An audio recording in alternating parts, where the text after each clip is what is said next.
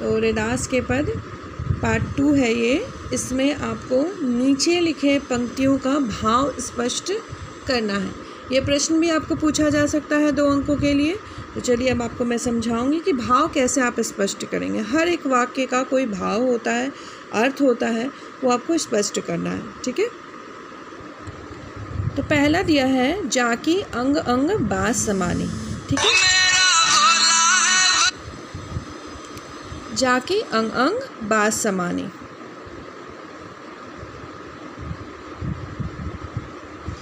इसका अर्थ देखिए क्या होगा।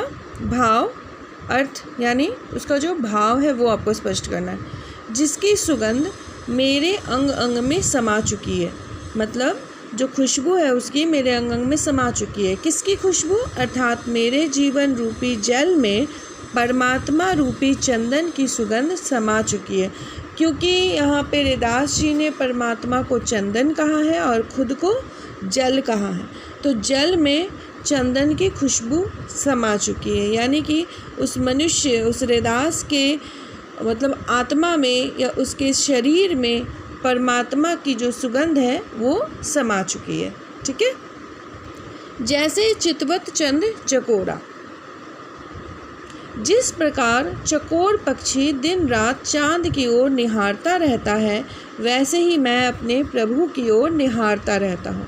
कहने का अर्थ ये हुआ कि एक चकोर पक्षी है, वो दिन रात चांद की ओर देखता रहता है। उसी प्रकार से रैदास जी जो हैं वो प्रभु की ओर देखते रहते हैं, निहारते रहते हैं। ठीक है, तीसरा तो गलत दिया था यहाँ पे, इसकी जगह पे मैंने यहाँ पे लिख दिया है जाकी ज्योति बरे दिन राती। तो इसका अर्थ देखिए, रैदास जी कहते हैं कि उसके जीवन में दिन रात उसी प्रभु की ज्योत जलती रहती है। तो उसके जीवन में किसकी ज्योत जलती रहती है? प्रभु की ज्योत। जिस प्रभु की वो पूजा करते हैं, उनको अपना मानते हैं, जिसके साथ अपना संबंध अटूट बताते हैं, उस प्रभु की जो ज्योत है वो दिन रात जलती रहती है। ठीक है, अगला है ऐसी लाल तुझ बिनु कौनु करे। तो रैदास जी कहते हैं कि हे प्रभु, यानी कि प्रभु जो है वो सर्वसमर्थ है, सब कुछ कर सकते हैं। सर्वसमर्थ मतलब सब कुछ करने वाले।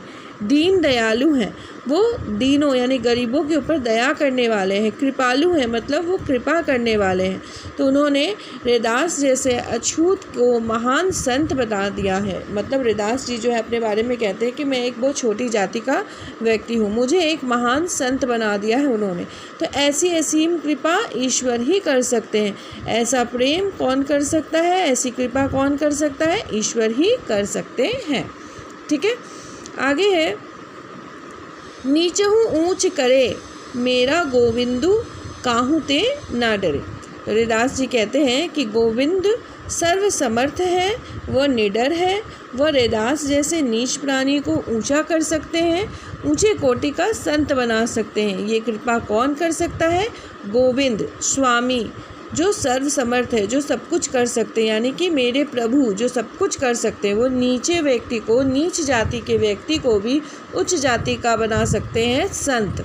ठीक है, अगला प्रश्न जो पूरे कविता का खास प्रश्न है, पूरे काव्य में जो सबसे मतलब महत्वपूर्ण प्रश्न है, वो है कि रैदास के इन पदों का केंद्रीय भाव अपने शब्दों में लिखिए। जब आप पद पढ़ते हो, काव्य पढ़ते हो, तो आपको उसके केंद्रीय भाव को समझना ही होगा। तो केंद्रीय भाव क्या है, क्यों ये पद लिखा गया? तो पहले पद का केंद्रीय भाव यह है कि राम नाम की रट अब छूट नहीं सकती है। तो रैदास जी को राम नाम की रट लग गई है, अब वो राम का नाम जपते रहते हैं, वो नाम का नाम जपना नहीं छोड़ सकते। रैदास ने राम नाम को अपने अंग अंग में समा लिया है, तो उसके हर अंग से राम की आवाज़ निकलती है, राम के नाम को वो जपते रहते हैं। वह उनका अनन्य भक्त बन चुका है, वो उनका बहुत खास भक्त बन चुका है। दूसरे पद का केंद्रीय भाव यह है कि प्रभु जो है वो दीन दयालु है, वो कृपालु है, सर्वसमर्थ है, सर्वशक्तिमान है, निडर है। वे अपनी कृपा से नीचे जाति के व्यक्ति को भी ऊंचा बना सकते हैं। वो उद्धार करता है, वो किसी का भी उद्धार कर सकते हैं। मतलब अगर कोई बहुत गरीब है, नीची जाति का है, तो उसे भी संत बनाने का ताकत रखते हैं कौन? वो प्रभु ही है जो ये सब ताकत रखते हैं। तो प्रभु की कृपा बहुत अनमोल है, वो दयावान हैं, वो सब पे दया करते हैं, गरीबों की मदद करते हैं और नीची जाति व्यक्ति को भी उच्च बनाने की ताकत रखते हैं, वो किसी से नहीं डरते। तो दूसरे पद में प्रभु की मतलब गुणगान किया गया है, प्रभु की कृपा दृष्टि को बताया गया है, समझाया गया। तो सारे प्रश्नोत्तर मैंने आपको समझा दिया, आज से स्पष्ट करो बता दिया। और सबसे इम्पॉर्टेंट प्रश्न जो है इन पदों के जो केंद्रीय भाव है उसको आपको याद करना है, क्योंकि ये प्रश्न पूछा ही जाता है, तो इसे अच्छे से याद करिएगा कि दोनों पदों का जो केंद्रीय भाव है वो क्या है।